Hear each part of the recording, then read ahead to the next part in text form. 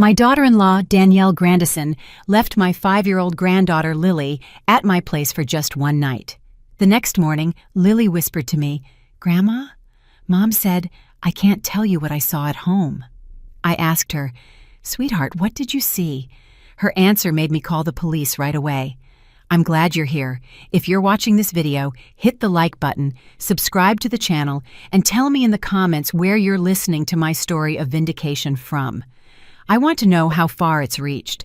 I still clearly remember that night, the yellowish light from the street lamps falling over the porch, casting trembling shadows of the bare trees that seemed to reflect my own heart at that moment. I lived in a small, worn house on the outskirts of Atlanta, Georgia, where every corner was soaked in memories of days gone by. That evening, Danielle brought Lily over. She said she had to work the night shift, an excuse I'd heard countless times, but this time, something was different. It was like a chill wind slipping through a crack in the door that made me shudder. Danielle stood frozen on the threshold, hesitating to step inside as she usually would.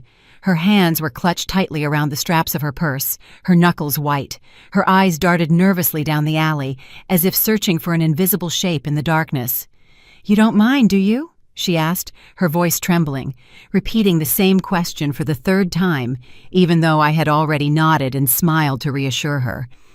I looked into her eyes, trying to find a trace of the sweet daughter-in-law she once was, but only found a tension I couldn't explain. Beside Danielle, Lily, my tiny granddaughter, was pressed against her mother, tightly hugging her faded, worn teddy bear named Barnaby. Lily's school clothes were wrinkled. She must have worn them all day. Her large, round eyes looked up at me with a mix of shyness and pleading, as if begging for a safe harbor. My heart squeezed. It had been so long since I could simply hold my granddaughter and hear her uninhibited laughter. As Danielle turned to leave, she leaned toward Lily and whispered, low enough that I barely caught it, "Sleep well, my love. I'll come get you tomorrow." Then she looked up, and her eyes met mine in a fleeting flash. In that instant, I felt something, a warning or a plea. I wasn't sure, but the look left my chest heavy.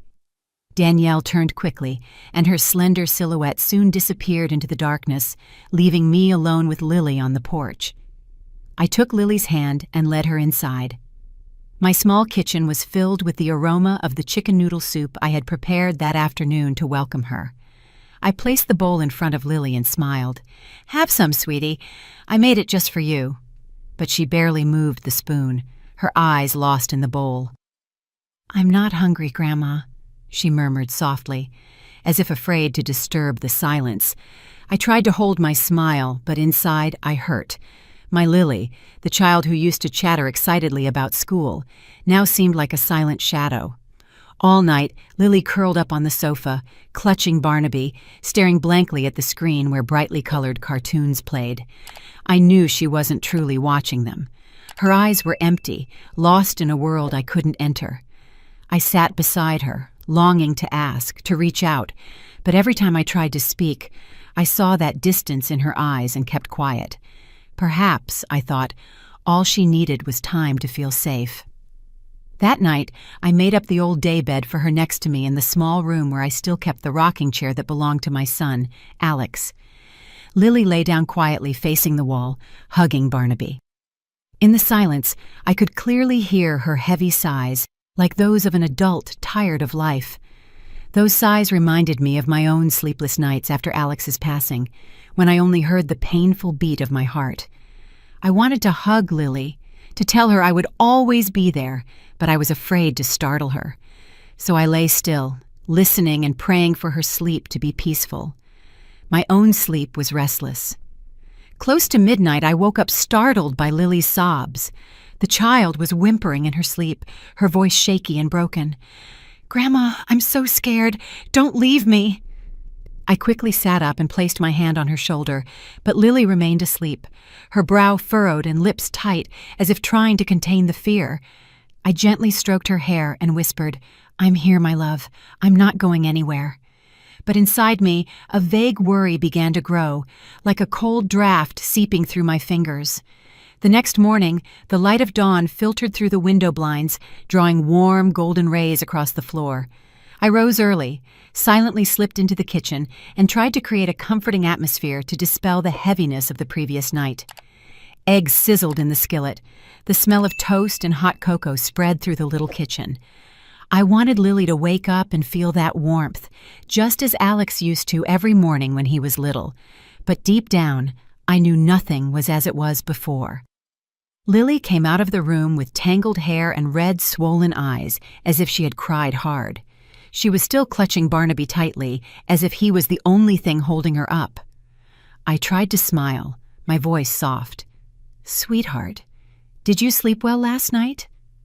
Lily lowered her head, her lips pressed together, not answering immediately. I kept flipping the eggs in the pan, trying to keep my voice light. "I made you scrambled eggs and hot cocoa. Will you sit and have breakfast with me?" The child hesitated, then sat at the table, but without letting go of the teddy bear.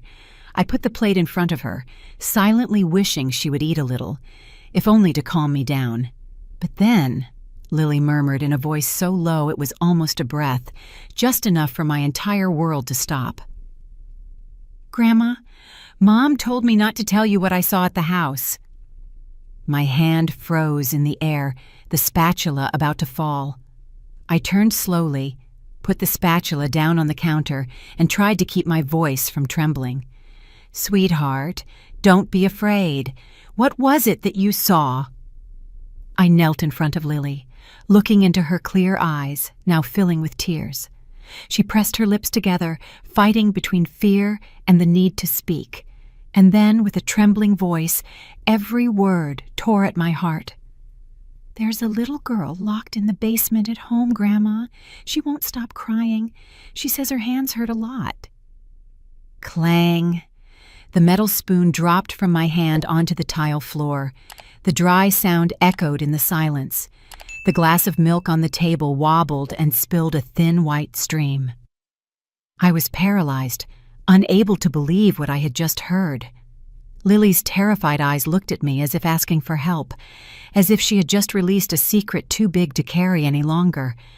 I wanted to say something, to ask for more, but my throat tightened as if someone were squeezing it hard. Lily burst into tears and threw herself into my arms, burying her face in my shoulder. Her small body shook uncontrollably, like a tiny bird caught in a storm. I hugged her tight, feeling every one of her shaky breaths. But in my mind, 1,000 questions screamed. A little girl locked up at Danielle's house? How could that be possible? I wanted to believe Lily had just imagined it, that it was a child's nightmare, but her eyes, the sheer terror on her face, told me this was not a childish story. I gently stroked her tangled hair, trying to calm her, but my mind had already traveled back to the days when the memory of my little family was still intact, as bright as the Atlanta sunshine. Years ago, this house wasn't so silent. It was full of laughter, voices, and those familiar aromas that came from the kitchen. I perfectly remember those weekend afternoons.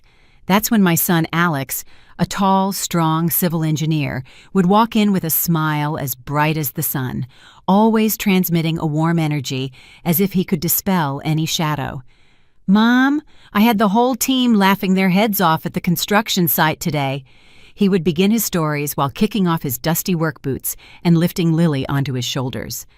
Lily, so small then, barely learning to walk, would laugh heartily when her father tossed her in the air, moving her little hands as if she wanted to touch the sky. Danielle, my daughter-in-law, was a sweet young woman back then, with a smile that shone like a sunflower. She and I used to spend hours in the kitchen together, preparing our favorite family recipes. She would ask, "Mom, do you think Alex will like this dish?" Her eyes sparkling with joy. I would smile and tease, "If Alex doesn't enjoy what we prepare, I'll scold him myself." Those simple, warm moments were like precious jewels in my memory, treasures I thought would last forever. Family dinners were the time I cherished most. Alex would sit at the head of the table, telling funny anecdotes from the job, from someone dropping a bucket of concrete to the times the whole crew sang along during break.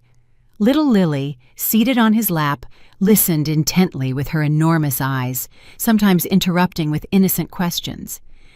"Daddy, is that truck as big as our house?" I would just sit there, watching my little family, my heart filled with peace. There were moments when I would tell myself I was a fortunate woman with a complete family, even though life was never simple. But everything was shattered on a rainy night marked by fate. I still remember that early morning when the phone rang insistently, tearing through my sleep. The voice on the other end trembled as it gave me the news. Alex had been in an accident. His car lost control on a slick, dark road and plunged into a ravine. I froze, clutching the receiver, feeling the whole world crumble beneath my feet. "No, it can't be," I murmured, but the cruel truth would never change. Alex, my sunshine, the light of my life, was gone forever, leaving a void impossible to fill. Alex's funeral took place on a gray day, with a drizzle falling like tears from the sky. I held Lily, who was only 2 years old, tight against my chest. The confused child still didn't understand that her father was gone forever. "Where is Daddy, Grandma?" Lily asked, in a voice so clear it made me want to break down sobbing. I hugged her tighter and whispered, "Daddy is in a far-off place, but he's always watching you, my love." Danielle was there, a few steps away from me, but she seemed to belong to another world. Her eyes were vacant, her face pale as a stone statue. I wanted to approach her, to take my daughter-in-law's hand, but something in her look stopped me. A pain too vast, too deep, that I didn't know how to reach. After Alex's death, this house was shrouded in a somber fog. Danielle's smile disappeared. She became quiet, withdrawn. She spent hours locked in her room. Some days I could hear her sobbing behind the closed door, but whenever I knocked to go in, she would reply coldly, "I'm fine, Mom. Don't worry." I wanted to believe Danielle would get over it, that time would heal the wounds, but I was wrong. The pain not only drove her away from me, but it also turned her into someone I no longer recognized. Not long after, Danielle decided to move to an apartment in a different neighborhood. "I need a fresh start, Mom," she told me in a monotone voice, avoiding my eyes. I understood that she didn't just want to leave this house. She also wanted to escape the memories of Alex, the memories that every corner and every object brought back. I didn't blame her, but my heart broke when Lily had to go with her. The child was the only light I had left in my life, and now I could only see her on the few weekends I was allowed to keep her. The house became vast and cold. I kept Alex's photo on the wall next to a family picture from an outing when Lily was just a baby, laughing heartily on her father's shoulders. Every night, I would sit in front of that photo and whisper to my son, "Alex, what should I do? I miss you so much." But only the wind whistling down the hallway would answer, reminding me that all I had left was solitude. On subsequent visits, I noticed Lily was changing. Her eyes, once bright and clear, now reflected a sadness difficult to name. She spoke less, smiled less, and whenever I tried to ask her anything, she would lower her head and hug Barnaby tighter, as if he were her only shield. "I'm fine, Grandma," she would always tell me, but her look told a different story. I asked Danielle, but she only gave me evasive replies. "Don't worry, Mom. I take good care of Lily." I wanted to believe her. I wanted to think she was doing everything she could to be a good mother, but an ever-growing unease consumed me. I had no choice but to swallow my tears and watch helplessly as my granddaughter slowly drifted away. And it was then that this veil of secrecy was torn away by a terrifying whisper from my little Lily's mouth. I tried to calm Lily after her confession, gently stroking her messy hair, whispering, "It's okay, my love. Grandma will take care of everything." But Lily just shook her head, her eyes tightly shut, as if she wanted to hide from the world. She pressed Barnaby, the worn teddy bear who had become her only friend in those lonely days, against her chest. I wanted to ask her more, to pull out more details, but seeing her tiny shoulders shaking, I didn't have the courage to insist. "Come on, sweetheart. Rest for a little while. I said, my voice as sweet as I could make it, even though a hurricane was raging inside me with fury. That afternoon, I decided to take Lily to school. The child needed the familiar atmosphere of the classrooms and her friends to momentarily forget the fear that was consuming her. I took her hand as we walked along the familiar gravel path, but every step weighed heavily on me. Lily remained silent the whole way. She only looked up occasionally, as if she wanted to say something, but didn't dare. I smiled, trying to hide the anguish gnawing at me. "What are you going to learn today at school?"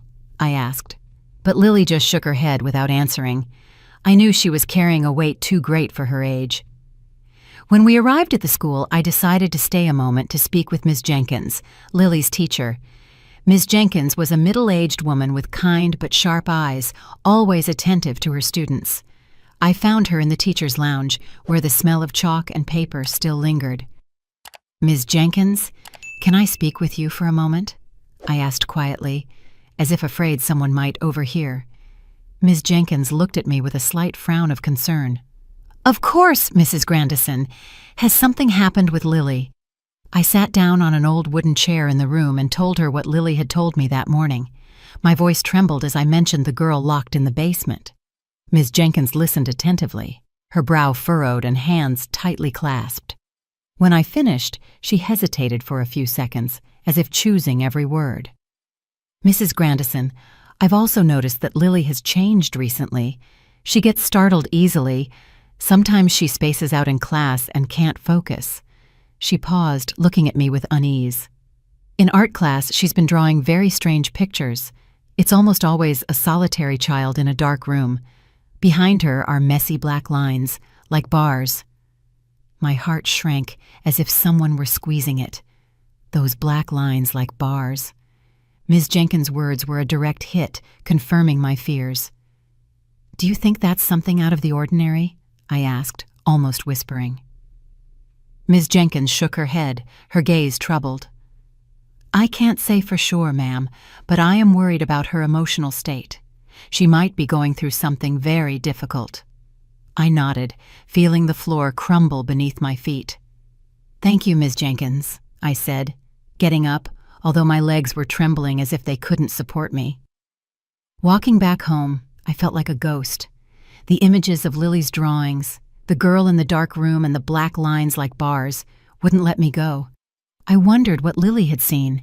Was there truly a child locked up, or was it just the imagination of a deeply wounded little girl? But her frightened eyes, her trembling voice, wouldn't let me dismiss the story. I needed more clues, more proof to understand what was happening. In the afternoon, I sat on my porch, watching the red crepe myrtles bloom in the yard. The wind blew strongly, and I shuddered, as if it carried a warning. Suddenly, I saw Mr. Sterling, the elderly, kind neighbor, walking by. Mr. Sterling was well-liked throughout the neighborhood, a widower with a sharp gaze, as if nothing on that street could escape him. Seeing my distressed appearance, he stopped, resting his wooden cane on the step. "Mrs. Grandison, are you all right?" he asked. "You look like you've seen the devil himself." I smiled weakly, trying to hide my concern. "I'm just a little tired, Mr. Sterling. How are you?" But he wasn't fooled. He sat on the wooden bench next to me and said in a grave voice, "Mrs. Grandison, I know you aren't one to worry over nothing. Is something going on with Lily?" I hesitated, unsure whether I should share it, but remembering Lily's scared look, I decided to tell him only a part, just enough to probe. "Lily told me something strange about a little girl at Danielle's house. I don't know what to think anymore." Mr. Sterling frowned. His eyes narrowed. After a moment of silence, he lowered his voice, as if afraid someone might hear. "Mrs. Grandison, there's something I haven't told anyone. One night last week I couldn't sleep, so I went out to the yard. I saw Danielle rushing into the house, holding hands with a little girl. It certainly wasn't Lily. It was very late, past midnight." He stopped, looking at me as if unsure if he should continue. I also heard a muffled cry. At the time I thought it might be sick Lily crying, but now that I hear your story, it seems strange. Mr. Sterling's words struck me like lightning. My heart pounded fiercely. My hands gripped the edge of my coat. "Are you sure, Mr. Sterling? Did you get a good look?" I asked, my voice trembling. He nodded, his gaze thoughtful. I couldn't make out her face, but it wasn't Lily. She was smaller, with shorter hair. "I didn't want to say anything for fear of misjudging Danielle, but please be careful." I nodded, feeling loose pieces start to fit into a terrifying puzzle in my mind. That night, Danielle came to pick up Lily. I stood in the doorway, watching her enter, my heart heavy. Her gaze, sharp as a knife, scanned my body up and down, as if assessing how much I knew. "Thanks for watching, Lily," she said coldly, without a hint of her former warmth. Lily hid behind her mother, hugging Barnaby tightly, looking at me with anxious eyes. I wanted to hold her back, to ask more questions, but Danielle's glare stopped me. She took Lily's hand and quickly pulled her away, without another word. I remained on the threshold, watching their silhouettes disappear down the alley, my heart oppressed. At dawn, I woke up with an unbearable weight in my chest, as if the whole world was against me. I had decided to step out of my comfort zone and face the truth, no matter how much it hurt. I took the first bus toward the downtown precinct, sitting silently in the back, looking through the foggy window. The familiar streets passed by, but that day they felt distant, cold.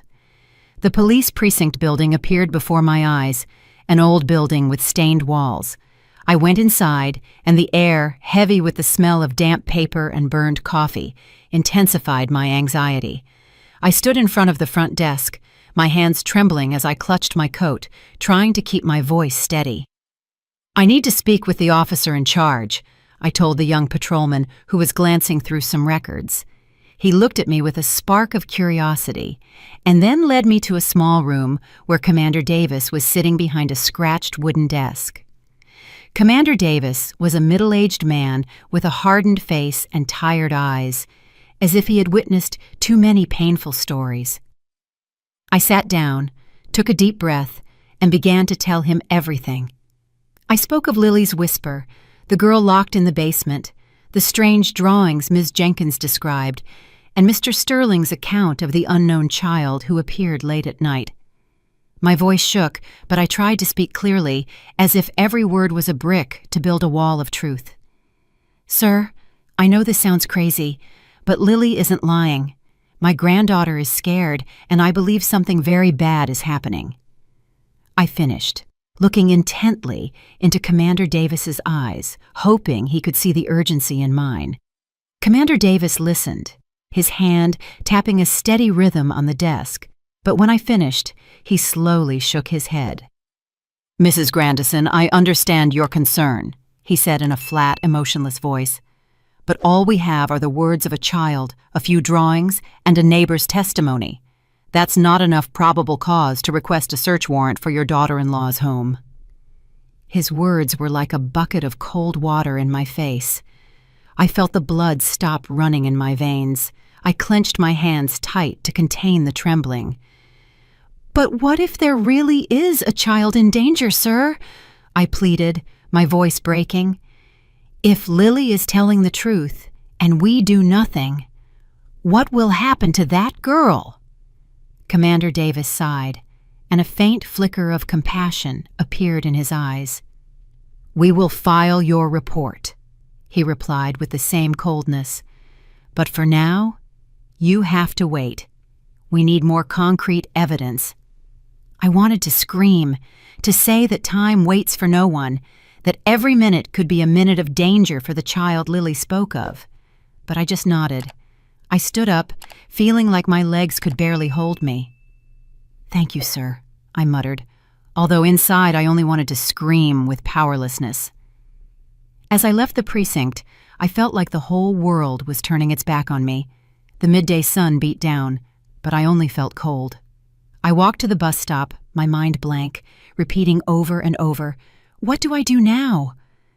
I had hoped the police would act immediately, that they would believe Lily's words, but now all I had left was solitude and the fear of not being able to protect either my granddaughter or that nameless child. That afternoon, I went to the market to buy some food, trying to occupy myself with the mundane to stay calm. But as I walked between the familiar stalls, I heard the whispers. "Poor old Mrs. Grandison. She's losing her mind. She must have head troubles," a fish vendor murmured to her colleague, loud enough for me to hear.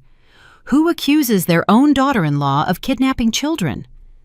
I stopped, feeling a dagger in my heart. I turned toward her, but she immediately lowered her head, pretending to busy herself with the fish on her table. I knew it instantly. Danielle had acted faster than I thought. She had already spread the word throughout the neighborhood, saying I was delusional from missing Lily so much that I had invented a story to get my granddaughter back. I returned home with a heart as heavy as a stone.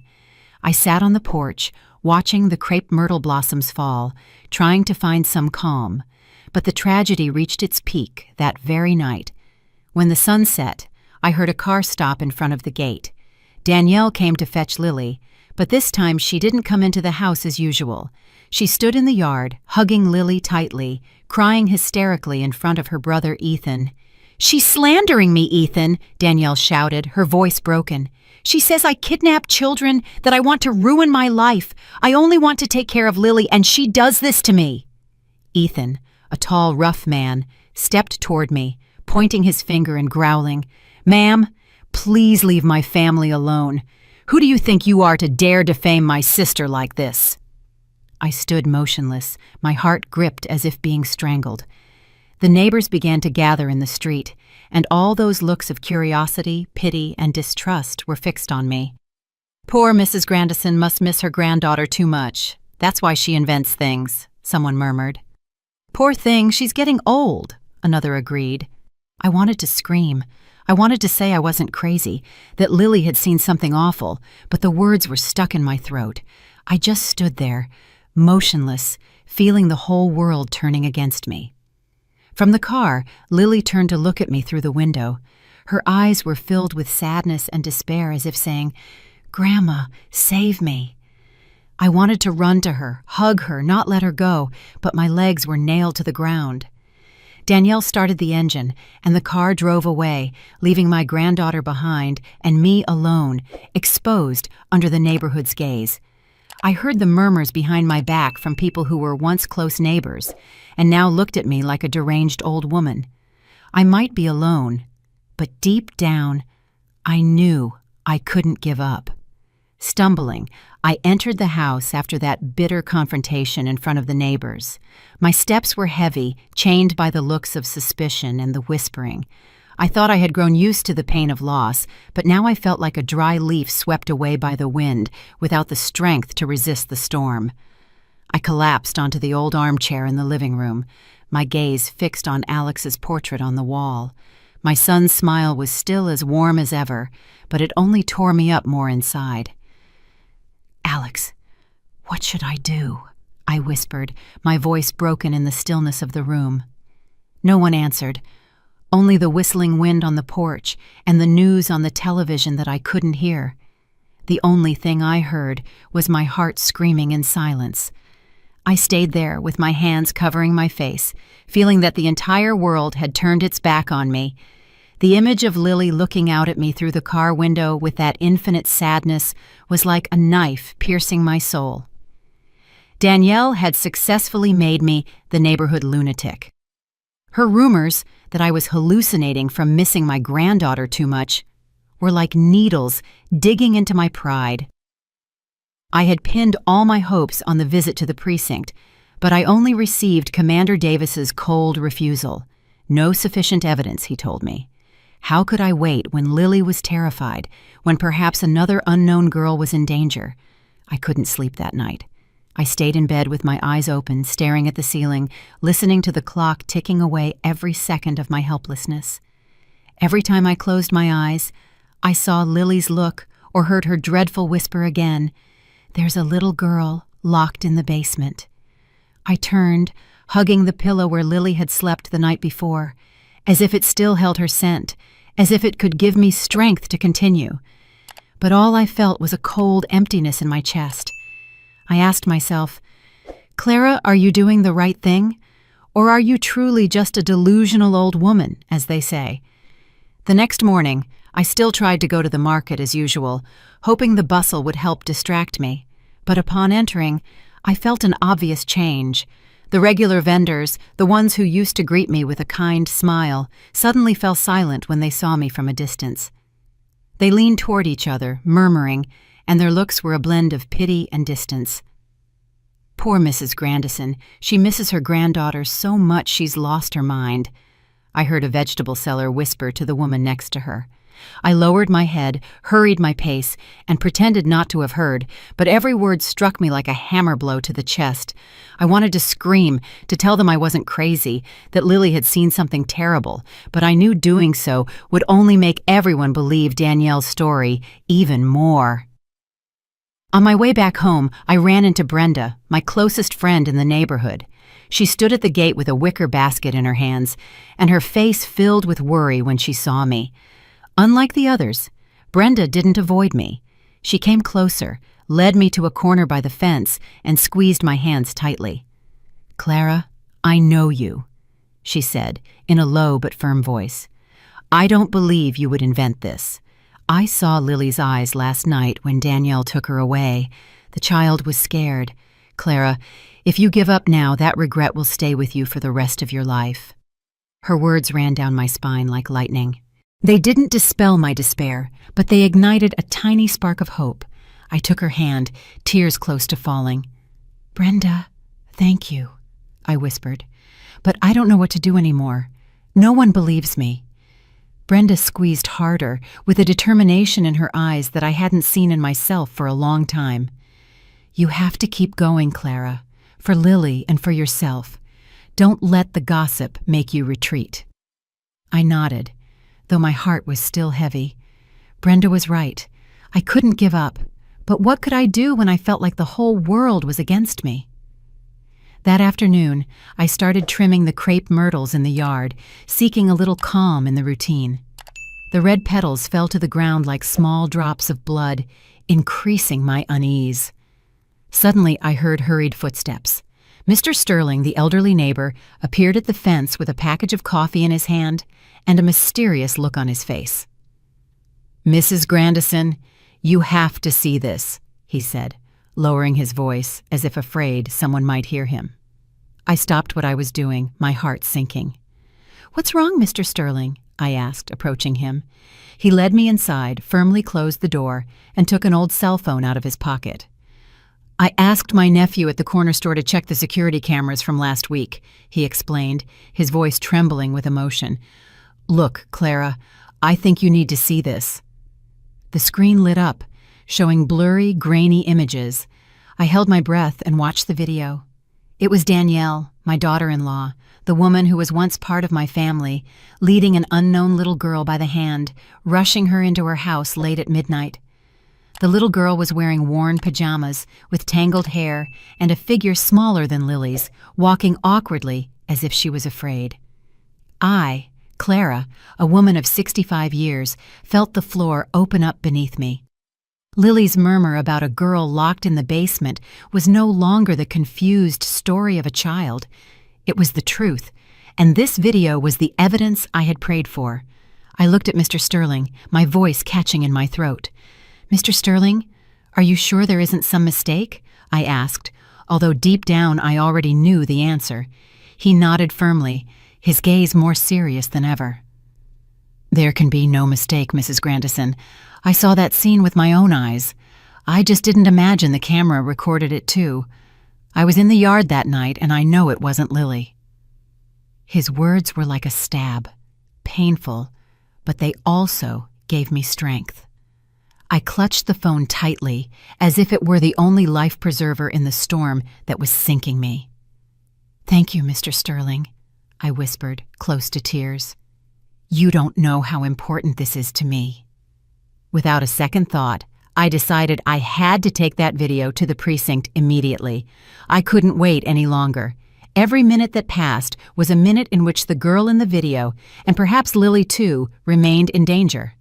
I quickly put on an old coat, covered my head with a scarf, and left Mr. Sterling's house with my heart burning. The gravel path leading to the precinct seemed longer today, every step heavy, but filled with determination. I thought of Lily, her frightened eyes, and Alex, my son, who would surely want me to protect his daughter at all costs. Upon entering the precinct, the air smelled the same, old paper and burned coffee. But this time, I didn't feel afraid. I had proof, and I wouldn't leave until they acted. I immediately asked to speak with Commander Davis. The young patrolman at reception looked at me, perhaps noticed the urgency in my eyes, and quickly led me to the familiar room. Commander Davis was sitting behind the desk, his face stern and his eyes tired. "Mrs. Grandison, back again?" he said with a hint of surprise. "Is there anything new?" I took a deep breath, placed Mr. Sterling's cell phone on the desk, and said, "Sir, I have evidence. Please look at this video." I played the clip, and the image of Danielle and the unknown girl appeared on the screen.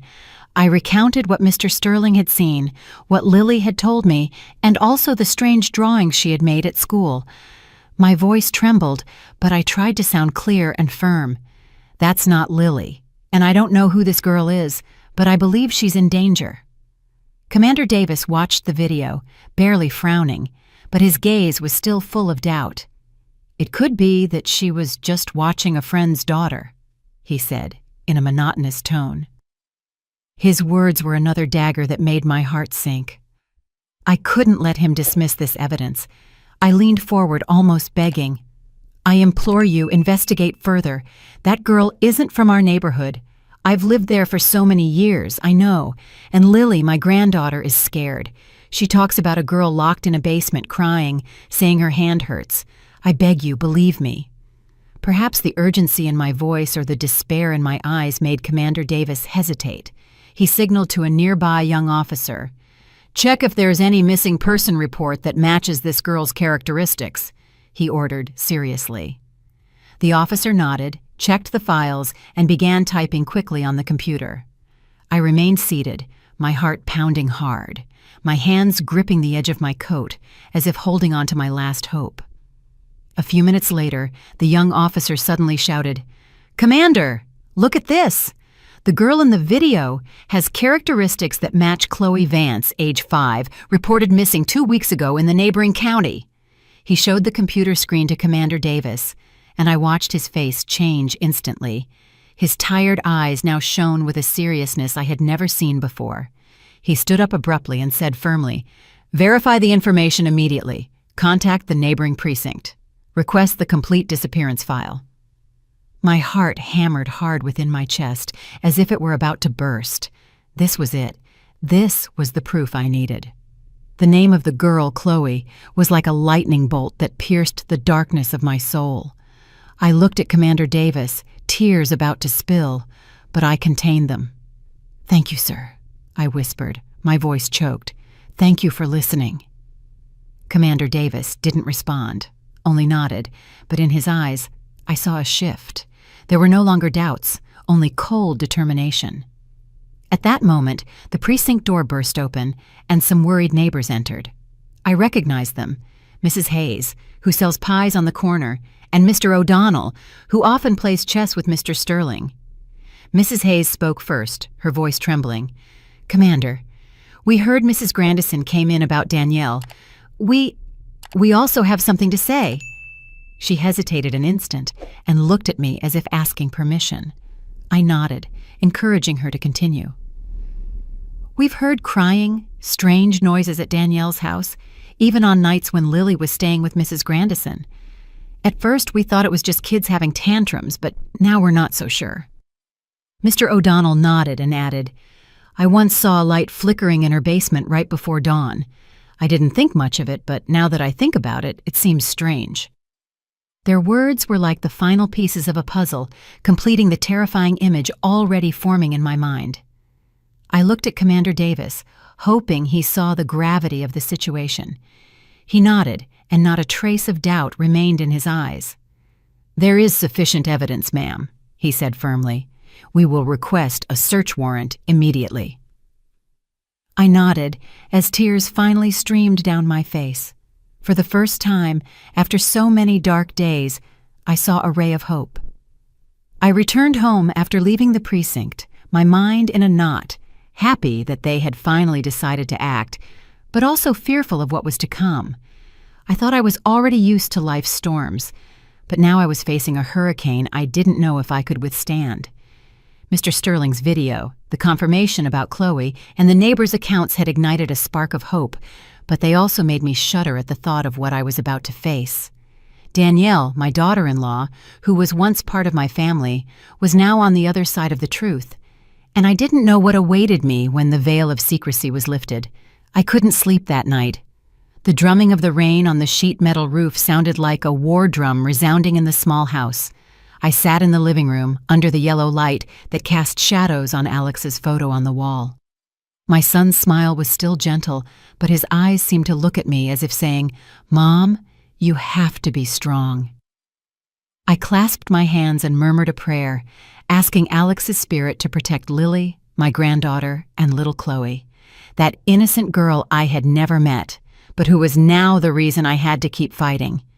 "Alex, help me," I said, my voice broken. "Help me protect them." I thought of Lily, my granddaughter's frightened look, and the terrifying whisper in the kitchen that morning. I thought of Chloe, the girl in the video, with her ragged pajamas and stumbling walk. Every image was like a stab that hurt my heart, but also gave me more determination. I couldn't allow those children to keep suffering for a single minute more. But I was also afraid that when the truth came to light, it would shatter the little that remained of my family. Danielle, though changed, was still Lily's mother, the one who once called me Mom. How could I face her? How could I bear the truth that she might be involved in something so horrible? The next morning, I went to the market as usual, trying to cling to my routines so I wouldn't sink into anguish. But the atmosphere at the market was different. Curious stares and murmurs followed me like a shadow. "There goes Mrs. Grandison again, accusing her daughter-in-law," a fruit vendor murmured to the woman next to her, believing I didn't hear. "She must miss her granddaughter so much, she's gone crazy." I lowered my head and hurried my pace, not wanting to face those looks of pity or suspicion. I bought a few necessities, some vegetables, some bread, and quickly returned home with a heavy heart. I no longer cared about the gossip. I only wanted to focus on Lily, on Chloe, on what was to come. Around noon, Brenda, my lifelong friend, arrived with a hot casserole. She entered the house, placed the dish on the table, and sat beside me, squeezing my hand tightly. "Clara, be brave," she said, her voice warm but firm. "I know how much you're suffering, but the truth will come out. Don't let the chatter make you back down." I looked into her eyes and found deep empathy there. She was one of the few people who hadn't turned her back on me, who didn't see me as a delusional old woman. "Brenda, I'm scared," I confessed, my voice trembling. "If the truth is too terrible, I don't know how I'll face it. Lily, my granddaughter, what will become of her and her mother?" Brenda squeezed my hand tighter, interrupting me. "Clara, you are the strongest woman I know. You lost Alex and still stood tall for Lily. Don't doubt yourself. You are doing the right thing." Her words were like a small flame that warmed my cold heart. I nodded, tears streaming down my cheeks. "Thank you, Brenda," I whispered. "I'll do my best." She smiled, patted my shoulder, and got up to leave, leaving me with the delicious-smelling casserole that I didn't have the appetite to try. Later that afternoon, Mr. Sterling approached, his face full of concern. He sat on the bench by the entrance, leaning on his cane, and spoke in a low voice, as if afraid someone might hear him. "Mrs. Grandison, I heard strange noises at Danielle's house again last night," he said, his gaze serious. "It sounded like someone knocking on a door, and then muffled sobs. I didn't dare get close, but I'm sure something is wrong." His words tied a knot in my chest. I thought of Chloe, of what Lily had said, and I felt as if an invisible hand was strangling me.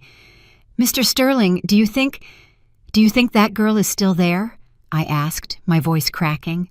He nodded, his look full of unease. "I don't know, Clara, but I hope the police sort everything out soon." I took his hand, thanking him once more for not turning his back on me.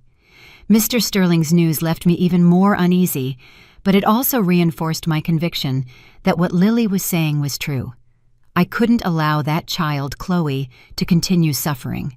I had to act, even if only a tiny spark of hope remained. That night, I called Ms. Jenkins, Lily's teacher. I told her what was happening, my voice trembling. Ms. Jenkins, if anything happens to Lily, please watch over her for me. I don't know what tomorrow might bring, but I need to know she'll be safe. Ms. Jenkins immediately agreed without hesitation. Mrs. Grandison, don't worry. I'll keep an eye on Lily. You do what you have to do. Her words relieved me a little, although the anguish still weighed heavily on my chest. Before going to sleep, I carefully put away my documents, the family album, and also Lily's strange drawings in a small bag. I didn't know what the next day would bring, but I wanted to be ready for anything. I sat in front of Alex's photo, whispering, "Son, I'm doing what I can. I won't let Lily suffer anymore." I closed my eyes, seeking a bit of peace, but my heart remained unsettled. Suddenly, in the dead of night, the phone rang sharply, breaking the silence of the house. I started and answered immediately, my heart pounding. It was Commander Davis's voice, brief but firm. "Mrs. Grandison, we are executing the search warrant at Danielle Grandison's house at dawn tomorrow. Be ready." I slumped into the chair, the receiver trembling in my hands. "Thank you, sir," I muttered, my voice broken. "I'll be ready."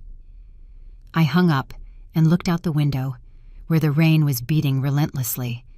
Its sound was a reminder that the true storm was about to arrive. The next morning, I woke up before dawn. The faint light barely filtered through the window blinds. I felt my chest burn as if the whole world were pressing down on me. Today was the decisive day, the day when the truth, painful or terrifying, would come to light. I put on a thick coat, wrapped myself in a scarf, and with trembling hands tied my shoes.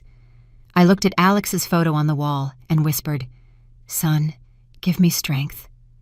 The image of Lily, with her frightened eyes, and Chloe in Mr. Sterling's video, kept circling in my head, pushing me to move forward, even though fear paralyzed me.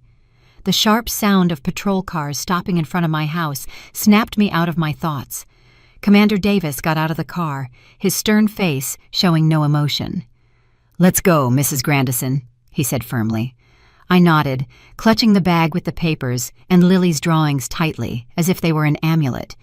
I got into the car, remaining silent in the back seat, looking through the foggy window. The drive to Danielle's house seemed shorter than ever, but every second weighed like a century. I thought of Lily, of Chloe, and I wondered, will I have the strength to face the truth? We arrived at Danielle's house when the sky was still gray, with dark clouds floating above, announcing a storm. The cold wind blew in gusts, making the red crepe myrtle petals fall onto the yard like drops of blood. I stood in front of the gate, my heart beating rapidly, feeling my entire body shake. Commander Davis knocked on the door. The sharp knocks echoed in the silence. The door burst open, and Danielle appeared. Her face was pale with surprise, but only for an instant, because immediately her gaze turned to fury. "What are you doing here?" she shouted, her voice icy, as if trying to hide a very deep fear. Commander Davis coldly held up the search warrant in front of her. "We have a legal warrant. I ask you to cooperate," he said firmly, without hesitation. Danielle looked at the paper and then looked at me, with eyes that seemed like knives stabbing directly into my chest. "You did this, didn't you?" She spat the words, pointing her finger at me. "You want to destroy me? You want to take Lily away from me?" I remained silent, my hands clutching the edge of my coat, not responding. I wanted to tell her that all I wanted was to protect Lily, to save little Chloe, but the words were stuck in my throat. I could only look at her, the woman who was once my daughter-in-law, and who now seemed like a stranger. Suddenly, Ethan, Danielle's brother, rushed out of the house, his neck tense, shouting, "This is a private home! You have no right! You're slandering and humiliating my family!" He was a heavy-set man. His voice roared like a cornered animal. Commander Davis didn't bother to answer. He just signaled for his team of officers to enter. I stood motionless in the yard, and through the crack in the door, I caught sight of Lily huddled in a corner of the living room, tightly hugging Barnaby. Her little eyes were red and swollen as if she had cried a lot. I wanted to run to her, to tell her grandma was here, that everything would be all right. But Danielle's cold stare stopped me. The police began to search every room. The sound of their boots hitting the tile floor mingled with the noise of papers being shuffled. The atmosphere was so tense that it seemed like the whole house was holding its breath, waiting for something terrible. Danielle followed them, crying and screaming. "It's all my mother-in-law's fault. She wants to destroy my life. How can you believe a crazy old woman?" Her words were like knives that pierced my heart. I wanted to shout that I wasn't crazy, that I only wanted to protect Lily, but I stayed there in silence, with the sensation that the whole world was against me. Commander Davis did not respond to her. He led his team directly to the end of the hallway, where there was a small old iron door leading to the basement. I immediately felt the air change. Danielle's face transformed into an expression of sheer panic. She ran, spreading her arms to block the entrance, her voice broken. "There's nothing in there. It's just an old storage room. No one can go in." The desperation in her tone tied a knot in my chest. I knew Lily had told the truth. Something horrible was hidden behind that door. One of the officers stepped forward, calmly putting the master key into the rusty lock. Ethan roared, trying to lunge to stop him, but two officers immediately restrained him.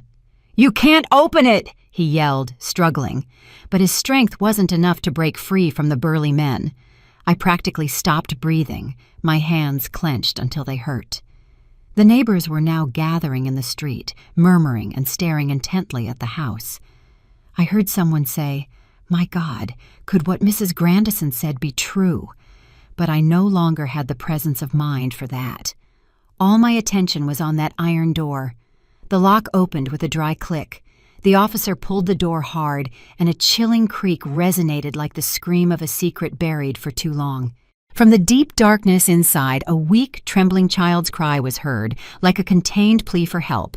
The basement door burst open, and a gust of damp, stale air shot out, as if the darkness itself were exhaling terrifying secrets. I was standing in Danielle's yard, feeling my heart stop. The soft sob from inside sounded weak, but clear, like a supplication from the beyond. An officer turned on his flashlight. The beam of light quickly scanned the stained walls, the destroyed cardboard boxes, and then, from a shadowy corner, a small silhouette stumbled out. It was Chloe, the girl from the video, the girl Lily had spoken about with fear in her eyes. Her hair was matted, her face covered in dust, her ripped pajamas clinging to her thin body. Her left arm was wrapped precariously in a dirty rag, and her wide eyes looked in panic at the strangers around her. I was stunned. My legs gave way, and I had to grab the porch column tightly to keep from falling. The image of Chloe, so small and fragile, was like a knife wound to the heart. I thought of Lily, of what she had had to witness, and tears streamed from my eyes, rolling down my cheeks. "Chloe," I whispered, my voice breaking, as if naming her could somehow alleviate her pain. A female officer ran forward, lifting Chloe into her arms, pressing her against her chest to protect her. "Call EMS now!" she shouted, her voice filled with urgency. The girl clutched an old, faded cushion, her hands trembling, as if it were the only thing left of her safe world. The neighbors crowded the yard, all of them stunned. The murmurs rose like a wave. "My God, it's true! Mrs. Grandison was telling the truth after all," a voice was heard, and I perceived the regret in it. The same people who had turned their backs on me, who had called me a crazy old woman, were now standing there, heads bowed, unable to look me in the eye. But I felt no triumph, only pain. Pain for Chloe, pain for Lily, and pain for myself. Seeing my family broken once more. Danielle screamed maniacally, lunging toward the officer carrying Chloe. "No, I didn't lock her up. I just wanted to protect her," she shrieked, tears streaming down her pale face, but her voice no longer held any conviction.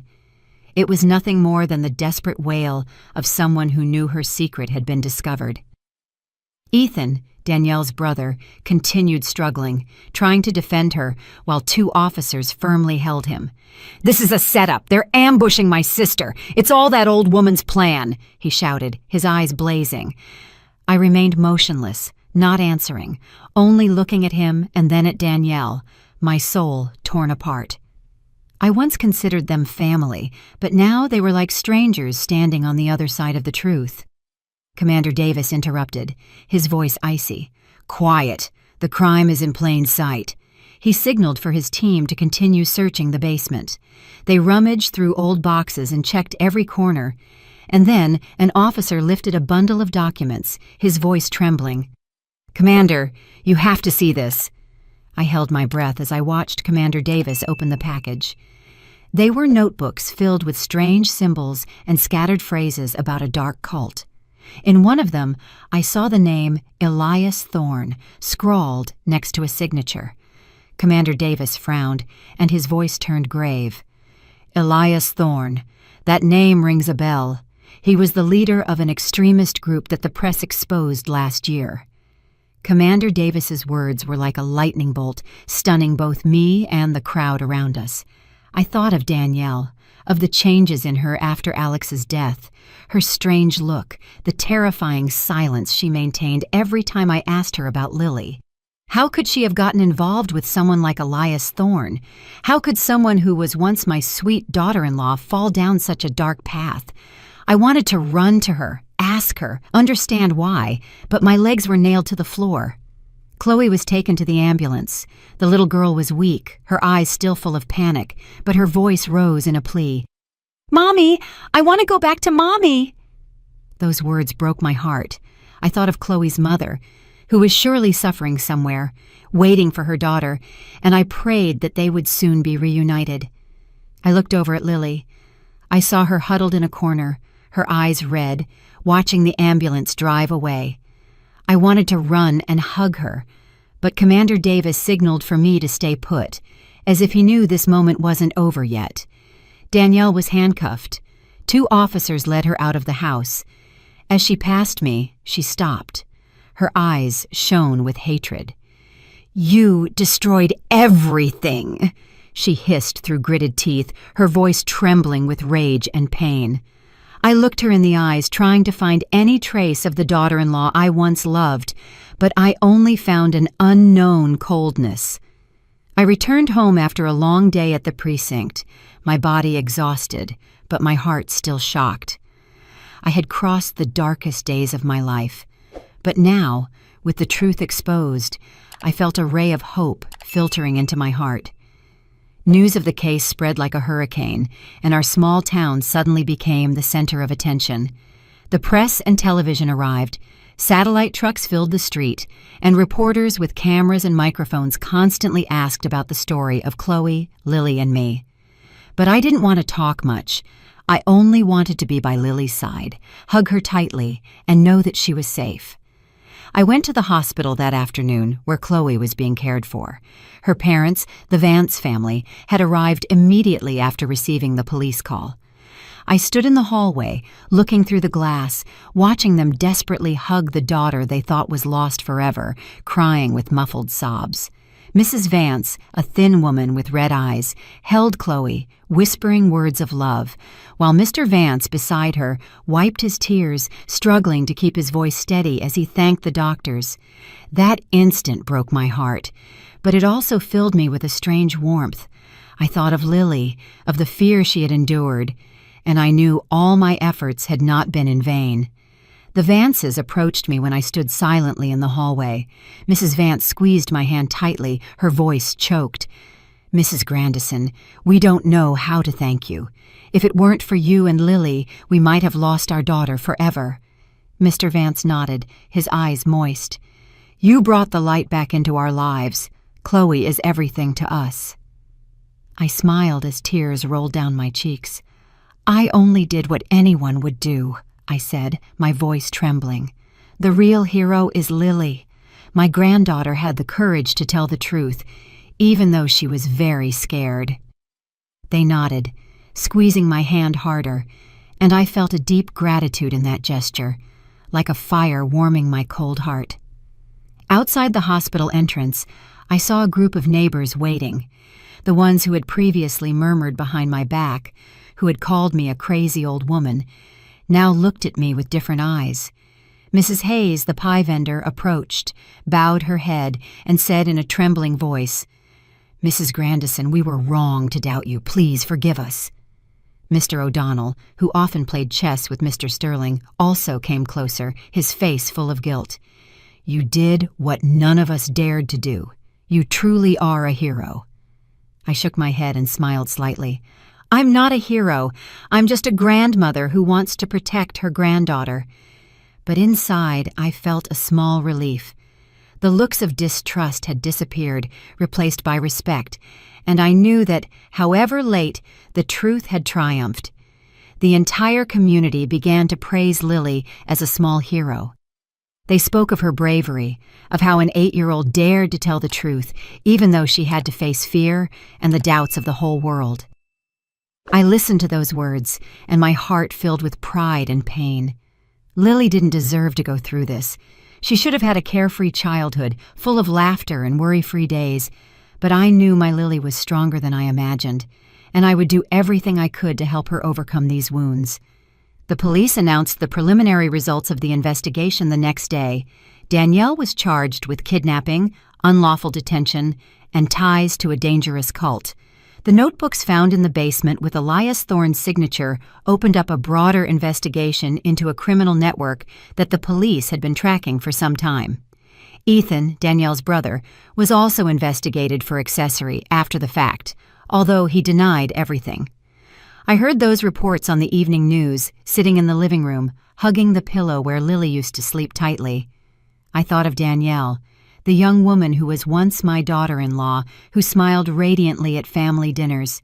What had changed her? What led her down this dark path? I had no answers, but I knew the truth, however painful, had come to light. A few days later, my house was filled with laughter again. For the first time after so many gray months, Lily and Chloe were playing together on the porch beneath the crepe myrtles. Chloe was much better.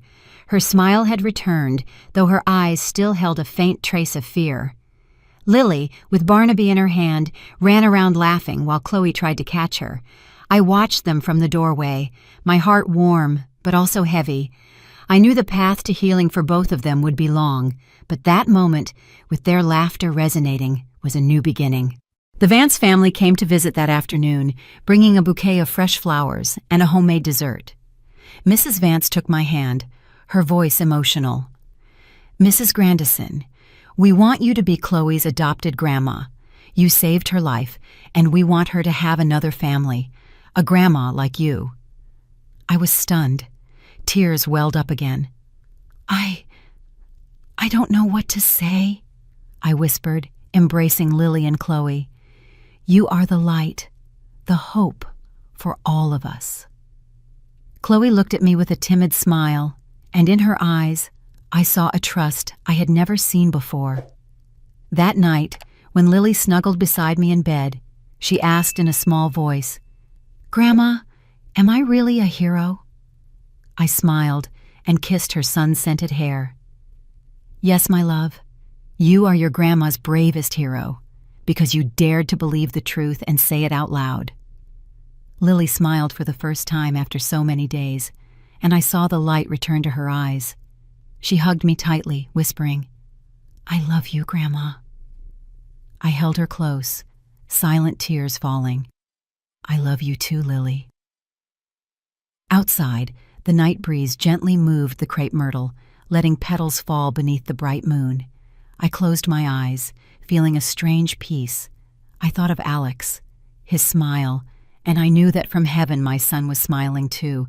He must have been proud because his daughter had saved a life, and because the truth had finally conquered the darkness. I hugged Lily tighter and silently whispered in my heart, "Alex, I did it. I kept my promise to you." And in that instant, I knew that even though there were still challenges ahead, the light had returned to our small family. The story you have just heard has been modified in names and places to protect the identities of the people involved. We do not tell this to judge, but with the hope that someone will listen and stop to reflect. How many mothers are suffering in silence inside their own homes? I truly wonder, if you were in my place, what would you do? Would you choose to remain silent to keep the peace, or would you dare to face everything to reclaim your voice? I want to know your opinion, because every story is like a candle that can light the way for someone else. God always blesses, and I am convinced that courage leads us to better days. Thank you for staying with me until this moment.